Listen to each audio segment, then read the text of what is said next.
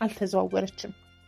ክፍል 12 ስኬት ብቻውን ጥንካሬ አይደለም። ነፍስን ጥሎ በስጋ ሰማይ ቢደርስ ምንድነው ትርጉሙ? ይሄ መውደቅ መነሳት ከውጭ አይታይ እንጂ በደላው ስጋዬ ስር ያለችው ነፍሴን እንደ ልማደኛ ሰካራ ከእግር ጥፍሯ እስከ ራስ ፀጉሯ በጠስባሳ ሞልቷታል። እንዲሁም ነፍሴ ጥፍራም ትመስላለች። ቢጨንቀኝ ጸለይኩኝ። ወደ ቤቱ ሊሄድ እግሬን ሳነሳ ግደለኝ ብዬ ለአምላኬ ጸለይኩ። አልገደለኝም። እግርና እጄን አሳስሮ ብዬ ለመንኩ። እንዲያውም ወደ እሱ ቤት ሲሄድ ለወትሮ የሚንከራፈፉ እግሮቼ እንደሚድራቆ እግሮች ይፈነጥዙ ጀመር። ገነት የት ነው ቢሉኝ ከሜክሲኮ ተነስቶ በቄራ በቡልጋሪያ በገብርኤል አድርጎ መብራት ኃይልን አልፎ ላፍቶ የሚገባ ሰፈር ነው እላለሁ።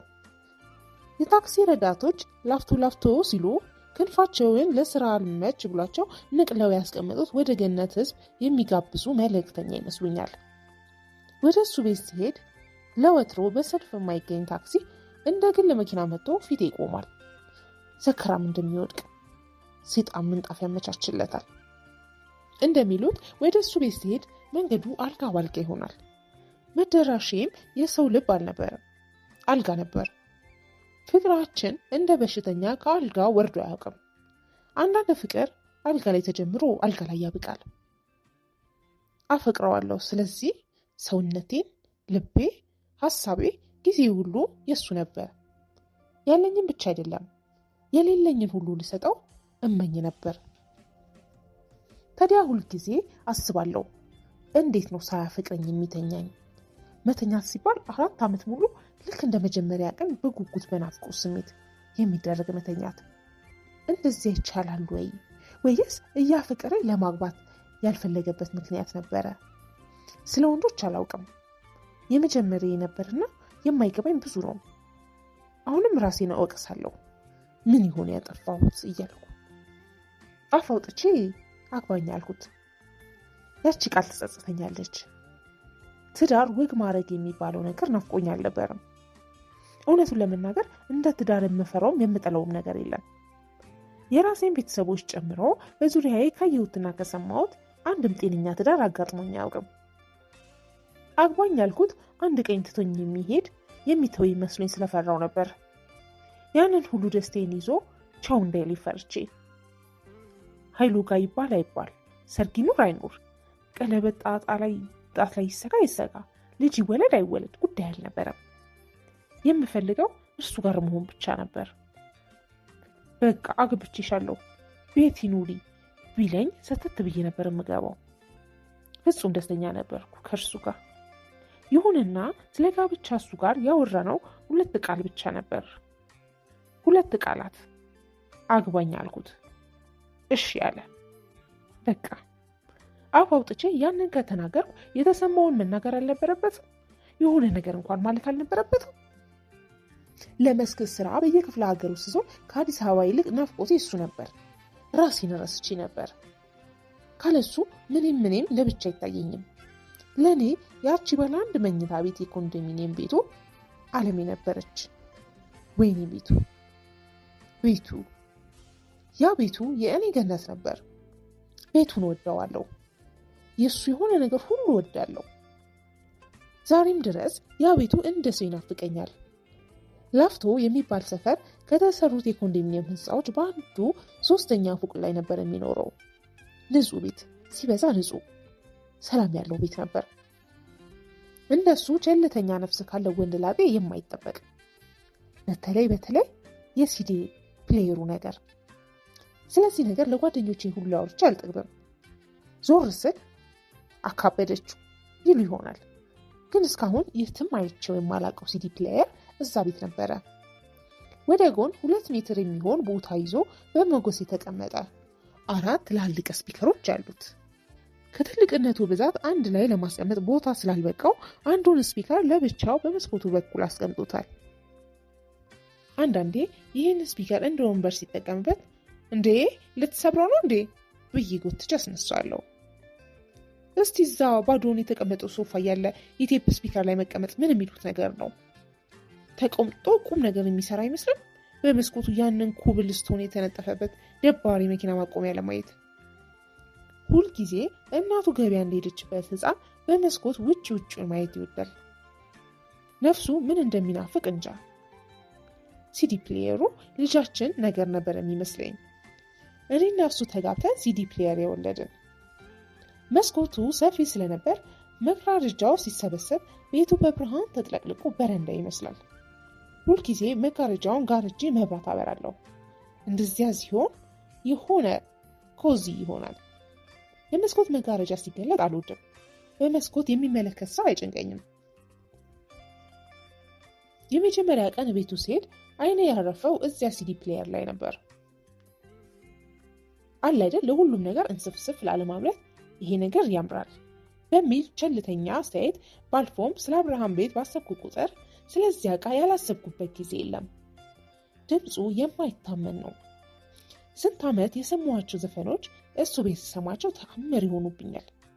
ምንድን ነው ማለቴ ባለ አንድ መኝታ ቤት ኮንዶሚኒየም ውስጥ የሆነ ትልቅ የሙዚቃ ስቱዲዮ ውስጥ የሚገኝ አይነት የሙዚቃ ማጫወታ ዕቃ መገኘቱ እና እኔ ሙዚቃ ሁሉ ነገር የሆንኩ እኔ እዚያ መገኘቴ መጀመሪያ የመሰለኝ በቃ ለሙዚቃ የተለየ ፍቅር ያለው ነበር። እየቆየን የገረመኝ ነገር ያንን የሚያክል ሲዲ ፕሌየር ጭራሽ ቤት ውስጥ እንደሌለ አይነት አያስታውሰውም ነበር። እንዲያውም አንዱን እንኳን ሲዲ በቤቱም አልነበረም። በቃ ዘፈን አያዳምጥም።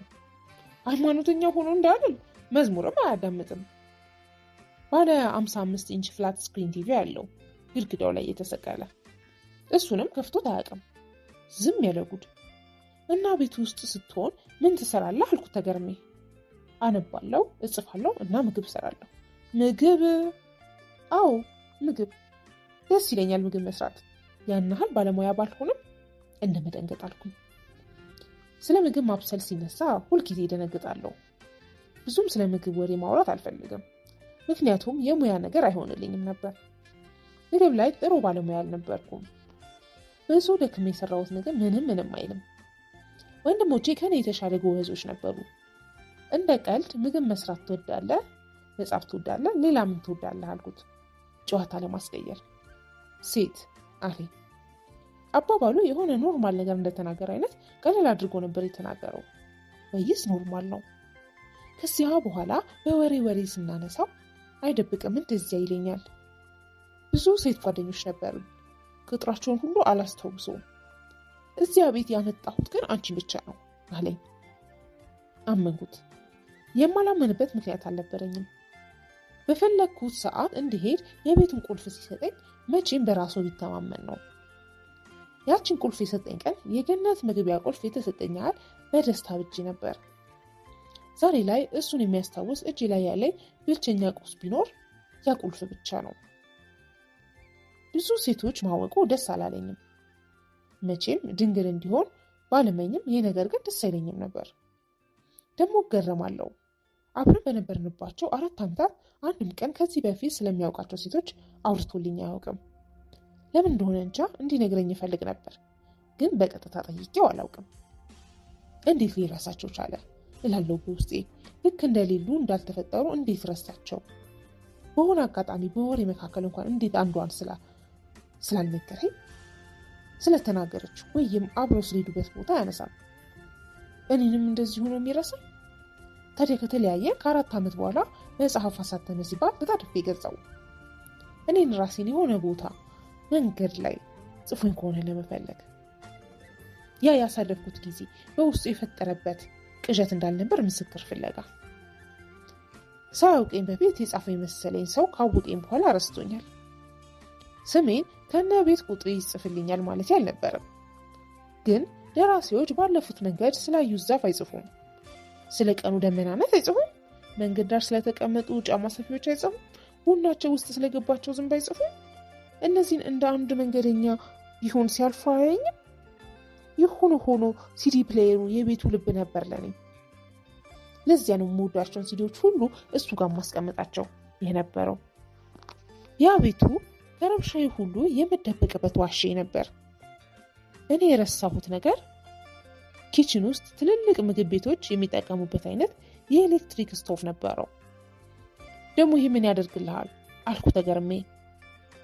በትክክል የምን ኤምባሲ እንደሆነ እንጃ፣ ብቻ እዚያ የሚሰራ ጓደኛው ኤምባሲ እቃ ሲቀይር ሲዲ ፕሌየሩንና ስቶቭን ገዝቶ እንዳመጣለት ነገረኝ። ያንን ስቶቭ የጎሪጥ ነበር ማየው። ሙያ ስለሚባል እኔ ስለማልኖርበት ሌላ የሴት ዓለም ያስታውሰኛል። የተበደልኩበት ሌላ ጉዳይ። የሴት ልጅ ሙያ የሚሉት ነገር አልነበረኝም። ምግብ ማብሰል፣ ቡና ማፍላት፣ ጓዳ ውስጥ ጉድ ጉድ ማለት፣ ምንም መርመጥመጥ ምንም ያደርግሻል እየተባልኩ ነበር ያደግኩት።